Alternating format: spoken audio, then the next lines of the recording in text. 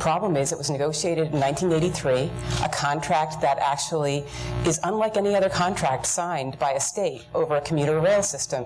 And you look at it, and if we say we're going to break the contract over a breach, and I believe there have been severe breaches, many breaches. The MTA, the state of New York actually is running our train system. So we've got two government entities. It's the only commuter rail system of its kind in the country run by two government entities. The others are all, it's the private sector, government-private cooperation. And if we go to try to break that contract and claim that there was a breach, they have 90 days to repair whatever we claim they've done that constitutes a breach.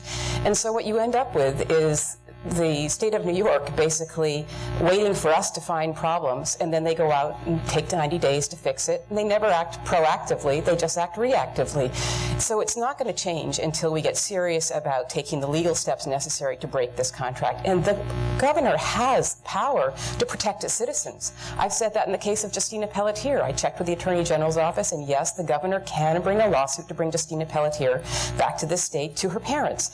And that is a role of a governor. When citizens' lives are at risk, then we break contracts and we bring in the private sector to create a safe, modern, reliable train system for this part of the state. You know, it's easy to criticize the MTA, and they've done plenty wrong. But first and foremost, we in Connecticut need to get our own house in order. The most important economic development tool we have, not in Fairfield County, but in the state of Connecticut, is several hundred yards away from here, and that's our rail line. That is the lifeblood of our economy, and Governor Malloy has failed. Perhaps his biggest failure is his inability to invest in mass transportation and that rail line. We have over $1 billion of bridge repair that needs to be done on the Metro North line. 4 bridges over 100 years old. We have several $1 billion of track, catenary, and other maintenance just to get the rail line working in good shape and order. Instead of spending $500 million on a busway from New Britain to Hartford that nobody's going to use. That's Governor Malloy's choice. Money on a busway, not in the rail line. Taking $200 million, plus or minus, out of the transportation fund to cover his overspending in the operating fund, instead of putting it on the rail line.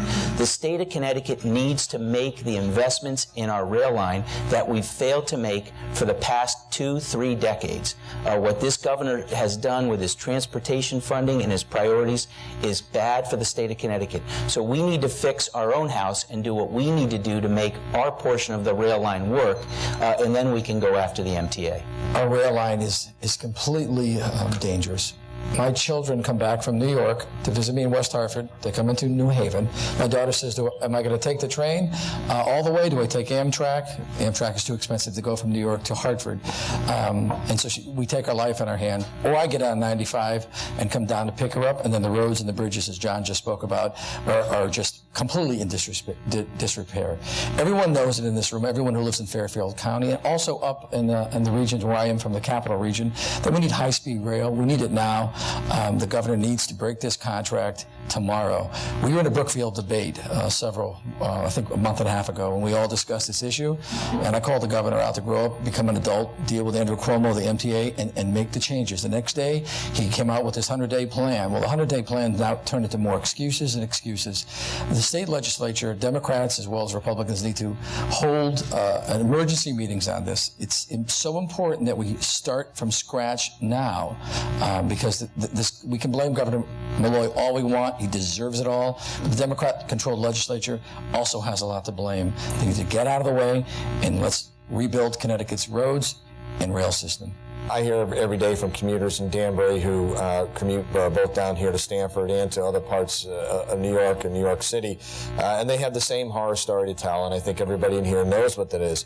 There's also a safety issue. In Danbury, we had 2 safety arms that were not dropping when the train passed. So, thankfully nobody was injured, but, we had school buses crossing and they didn't know trains were coming. We complained to Metro North over and over and over and over again, and it fell on deaf ears or excuses, or that's not our deal, that's somebody else's deal, etc. But I think at the end of the day, Connecticut tends to be the stepchild of the system, and because of that, we don't receive the resources and the allocation of those resources to address some of those safety as well as timeliness issues that all of us have heard about. And there is a much broader discussion to have about the priorities of where we spend our transportation dollars.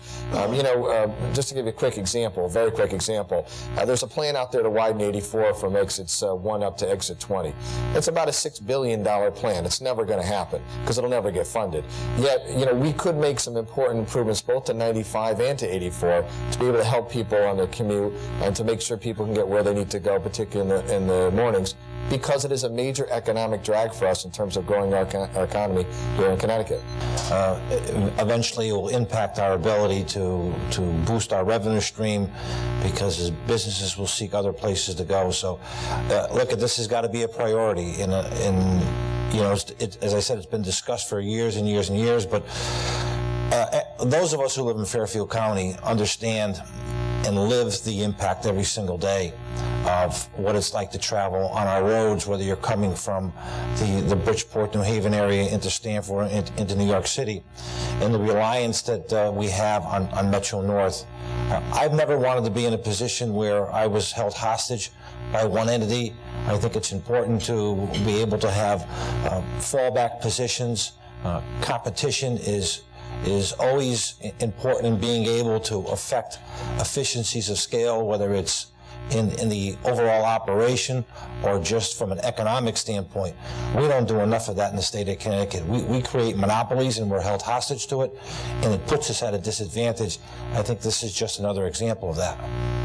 And also, I would conclude with the fact that in terms of priorities, the money we spent on this busway from New Britain to Hartford is just disgraceful. The economic engine of the state is right here in Fairfield County, and we're not paying close enough attention to it. I've been very clear across Connecticut that I had serious reservations about this bill for a variety of different reasons. But most importantly, because we spent so much time focusing on the type of weapon, the kind of weapon, whether it has a flash suppressor, what kind of magazine does it have, that we've lost the human element to this horrible tragedy that happened in Sandy Hook. And that means we had to spend way more time on the issues of mental health. And in this state, we have a mental health crisis and really have one across the United States of America. Back in the 80s, we came up with a brilliant idea of closing all of our inpatient care services and telling all those people who have mental health issues that we're going to provide outpatient services for you. And what happened? We turned everybody loose. We let them go, we released them from the hospitals, and then we didn't provide the outpatient care for those individuals. And those people wander the streets today, challenged every day by the very simple things that you and I take for granted. And the problem with that is that it's extremely expensive. So I thought we ignored mental health, and I also thought we ignored the other issue, which is school safety and security. $15 million in that bill to secure all the public elementary schools in the state of Connecticut. No money to look at the parochial schools in the state of Connecticut. To me, it seems like we missed an opportunity that we could have made a statement, both about those issues that currently plague our country and also about school safety and security. I think the gun bill had challenges to it, and I think those are coming up now as people are struggling to make sense of it. Mr. Loretti. I wouldn't have signed it. And the reason being is because I think that the mental health issue is front and center in this country. I also believe that the video game industry has gotten a free pass completely on this issue, and the things that we see on TV today have a huge impact on the youth of this country. If people think that these video games that our kids are watching don't affect their young and fragile minds, I would respectfully disagree with that. We need to talk about more about our civility and our behavior and how we treat people. You can outlaw guns until the cows come home, but the thugs are still going to be able to find and seek out weapons and do the things that they're going to do. Isn't that terrorism illegal? How are we doing on that issue? So, before we start pinpointing specific things about what cause these issues, I really think that we have to have a dialogue nationally about how we're raising our kids and some of the things that we're exposing them to and the impact that it has on them. Look, there are a number of examples right here in Connecticut, and one, unfortunately, last week of an incident. What's that about?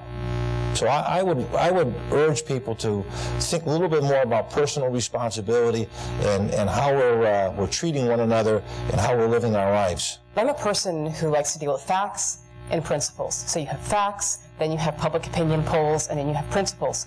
Well, the facts on this issue, and no, I would not have signed 1160, and I would have led an uprising of those who are against it to stop it from being signed. But the facts are that when you increase gun ownership with law-abiding citizens, you decrease crime. Now, this isn't just me saying this. This is 2 independent studies that came out last year, huge studies done by the U.S. Department of Justice and the Pew Research Center. And those 2 studies went from 1994 to 2011, and they showed that as the federal so-called assault weapon ban was phased out, and as gun ownership increased dramatically around the country because people were worried that President Obama would take away their right to own firearms, gun ownership increased dramatically. Gun crime, related crime, came down 70% nationwide. The only places where it didn't come down was in those gun-free zones, you know, the Washington, D.C.s, the Chicagos, where it went up. Gun-related murders came down 40% over that time period as gun ownership went through the roof. Now, we see that here in Connecticut. Gun ownership has gone way up, and 300% in my own town. And look, gun crime is way down, as Malloy is now taking credit for having brought it down. But no, gun ownership is up, gun crime is down. And the principle is shall not be infringed. It's the only amendment that uses those words. Mr. McKinney? The issue never was, is a bill going to pass? With a Democrat governor and a Democrat overwhelming majorities in the legislature, a bill was going to pass. The question was what was going to be in the bill. I'm the only person, the state senator, who's elected to represent the people of Newtown. I had friends in the school and was there that day. I am their voice as their elected official. I've been proud to do it for 16 years. And I believed and always believed that rather than sitting on the sidelines and criticizing, you need to roll up your sleeves and do the work. And I tried to make a better bill for the people I represent. But look, a lot of people will tell you we did nothing on school safety and nothing towards mental health. They either haven't read the bill or aren't telling you the whole facts. We spent over $23 million to date on school safety. It's a pay-as-you-go program. Hundreds of schools, I think half the schools in the state of Connecticut, have received some money for school security, and any school who wants it will get it. I've put in a bill that will pass this year that will open it up to private and parochial schools as well. Mental health, there are programs, early identification of kids and treatment for kids with mental health issues. There's a lot more we need to do, but if we had the answers, we would have solved this problem a long time ago. These are some of the most difficult answers to deal with on trying to help kids with mental health issues. Mr. Visconti. Connecticut Constitution, Article 1, Section 15. Every resident has the right to bear arms in defense of himself and the state. Never mind the Second Amendment. I've carried a gun for 30 years. I've had a permit. Hundreds of thousands of Connecticut residents are completely in shock over the last year of what's happened. Why? Because this liberal agenda is what it is, and it's going to increase, and it's going to lead to confiscation in one form or another. I don't care whatever Sergeant Vance has to say about it with the state police. I believe that the assault weapon ban needs to be overturned. I will put in, as your governor, a bill to repeal SB 1160 in total. I will also go as far as use executive orders to block any confiscation attempts. Some people challenge that legal authority of a governor, but I believe a governor can call out the National Guard. If you were part of the movement, the 2A movement, you would know that in Connecticut it is boiling. And I do not want anything to happen with civil strife, and I believe that's coming. This is not dramatic, it's truly here. The state police know that, the governor knows that, and we need to do more work with mental health. Have a public hearing on Sandy Hook. Open it up, get the evidence from the crime scene, and find out what really happened with why mental illness was not treated with the Lanza family. We need to put money behind this. I think everyone knows that Governor Malloy has basically destroyed the recovery in Connecticut. And our job is not to give out capital cronyism. I'm against that. I began getting involved with politics in my town in West Hartford, where capital cronyism and the guys at Blueback Square, which is a successful development, but it was subsidized by a no-bid $48 million bond, general obligation bond, that wasn't gone through the bidding process. The developers, after 10 years, as I predicted, sold, left the country with their profits, and were never tied to the general obligation bonds. That's capital cronyism at a local level. level. The governor's been trying that with a lot of West Hartford representatives that have crafted that cronyism. And so I'm a firm believer that we're not going to get blackmailed to stay here. They're going to need to realize that they want to stay in Connecticut for all the reasons. Connecticut is a healthy, geographically located place where the future is bright with a Republican governor, but under no circumstances would I offer incentives for companies, because this is how Governor Malloy's been blackmailed, and we're going backwards, and it won't fare well. But I think Republican governor, Republican leadership with good ideas to do tax reform, entitlement reform. Please go to my website. You'll see more information on it, viscontiforgovernor.com, on my plans to answer in depth this question. Mr. Bowden. Company that's thinking about leaving or potentially not expanding in Connecticut, because we would have sent the message loud and clear that we're open for business and that we're really open for business in the state of Connecticut. We wouldn't just talk the talk, we would walk the walk. We have very strong proposals to eliminate things like the business entity tax, to cut the gas tax, to implement property tax reform. All of those things would come together. And by the way, to speed up permitting, because permitting is a major drag on economic development in this state, and the longer people wait for their permit, the longer that they hold up their capital and can't invest in our state. That message would have been sent immediately, and folks would understand exactly what my administration's about. A pro-business, pro-employer, a pro-employee administration that understands how to move the levers of government and can get things done.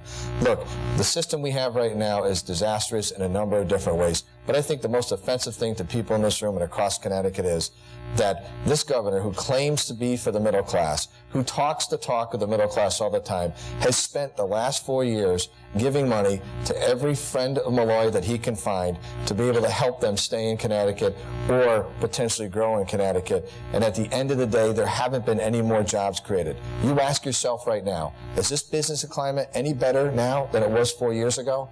And I'd say to you, no, that in fact, Connecticut has gone backwards. Mr. Loretti. Giving monies to corporations to stay here, I think, is very wrong. I think it sends a bad signal to people in general. We gave the richest hedge fund in the world $115 million to move from Westport to Stamford. And I know we're sitting here in Stamford today, but I got to tell you, I think that that's very wrong. Picking winners and losers is not an economic development strategy. When you lower the cost and control the cost of living and doing business in a location, everyone becomes a recipient of that. I've been the mayor of Shelton for 23 years. We have over 1,500 businesses that are in that community. It wasn't like that 23 years ago. We haven't given out one tax incentive or one tax break for anybody to come to my community. What we have done is, though, we've controlled the cost of living. Our mill rate is consistent. It's predictable. Businesses know from year to year what to expect in terms of their financial obligations. We need to do the same thing with the state. We cannot continue to keep giving things away. What does that say to the people, the businesses that have been here for years on end that get nothing? That's not, to me, it becomes an issue of fairness. And even beyond that, the people that least need it get the money. The people that least can afford it have to pay for it. That's wrong, in my opinion. Ms. Dean. There will always be the naysayers who say it can't be done, but Reagan went in with a hostile media and a hostile legislature, and he was able to go to the people and use the people to whip in their legislators. So many things are possible that people will say are impossible. Don't believe the naysayers. There's a great study out of Oklahoma that shows that every state that has an income tax loses population. Every state that doesn't gains population. And you never want to be the state that is treating the most productive, hardworking, entrepreneurial, innovative citizens poorly and creating an incentive for them to leave. And you never want to be the state that has the most generous, as we are, the most generous welfare and other benefits, and be a magnet for all of those who can't work, don't want to work, and are just coming here for benefits. And we are currently that. We're currently allowing our money, our hard-earned money, to be used against us, against hardworking, productive citizens who help everyone, because it's always, you need businesses and you need productive people in a state, or it will quickly be bankrupt. Currently, our money is being used to pay these corporations. It's all political. The money comes right back to the politicians. It's bribery, and it's being used to entice people to come into sanctuary cities or for welfare to come in and vote against us. This needs to be reversed. Mr. McKinney? Because I've been saying for months and will continue to say that in my administration, we are not going to give hundreds of millions of dollars in corporate welfare to move companies from one town in Connecticut to another. Some politicians say one thing, do another. I do what I say. But here's what we're going to have a serious conversation about. First, we all know and agree upon what the greatest strengths of Connecticut are. We have an incredibly productive, highly skilled, highly educated workforce. That is our greatest strength, and our location and proximity to New York and Boston. And then we're going to talk about why he's looking to move. High cost of doing business, from high taxes to high regulations. And I'll show him my plan to reduce state spending and tax reform that will lower his cost of business, and a regulatory reform bill that I'll put through the legislature. We're also going to talk about what other businesses have been frustrated by. High energy costs, electricity costs skyrocketing under Governor Malloy. My plan to reduce those costs. And we'll talk about transportation. Yes, transportation is part of economic development in the state of Connecticut. I will give him my plan to make Connecticut what it once was. Governor Malloy, I think, has already given up on Connecticut. He said we'll never be a low-tax state. I'm going to convince that business owner and other business owners that Connecticut can and will be a low-tax state again under my administration.